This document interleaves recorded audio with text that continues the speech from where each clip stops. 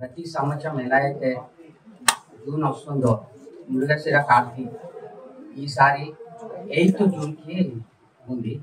మేము Mrigashira Karthi exhibition council ప్రతి సంవత్సరం ప్రసాదం ఎలా అయితే పంపిణీ చేస్తామో ఈ సంవత్సరం కూడా జూన్ 8న ఉదయం మార్నింగ్ 10:30-11 గంటల నుంచి స్టార్ట్ అవుతుంది ఎగ్జిబిషన్ గ్రౌండ్స్ లో.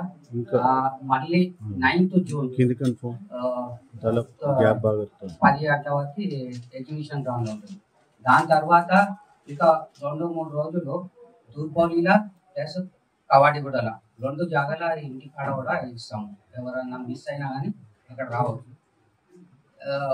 అందరికీ ప్రజలకి ఏంటంటే వచ్చే పేషెంట్స్కి ఎవరు తొందర పడకండి, అందరికీ దొరుకుతుంది. వచ్చిన వాళ్ళకి అందరికీ దొరుకుతుంది.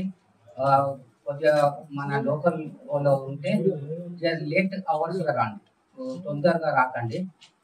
కొంచెం లేట్ అవర్స్లో వస్తే సాఫీగా వెళ్ళిపోతుంది. స్టార్టింగ్ క్రౌడ్ ఎక్కువ కష్టాలు పడకుండా ఫ్రీగా రండి. అది ఇంకా గవర్నమెంట్ మనకి అన్ని అరేంజ్మెంట్స్, ఫీజు ప్రసాదానికి అన్ని arrangements like police, water works, electricity, transportation ఇవన్నీ డిపార్ట్మెంట్లు అన్నీ అరేంజ్ చేస్తున్నాయి.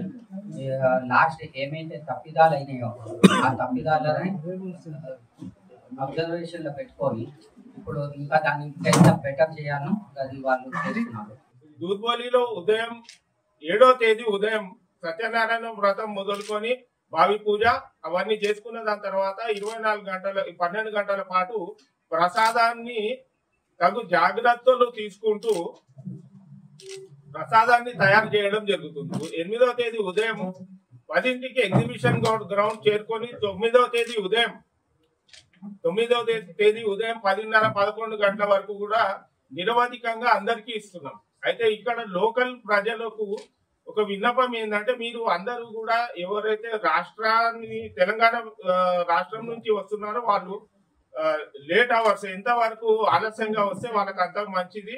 నాన్ స్టాప్ 24 గంటల పాటు ఎగ్జిబిషన్ గ్రౌండ్ లో ఇవ్వడం జరుగుతుంది. ప్రసాదం పంపిణీ అనేది 24 గంటల పాటు నిరవధికంగా ఏ ఆటంకములు జరగకుండా తగు జాగ్రత్త చర్యలు తీసుకుంటూ మత్స్యశాఖ వారు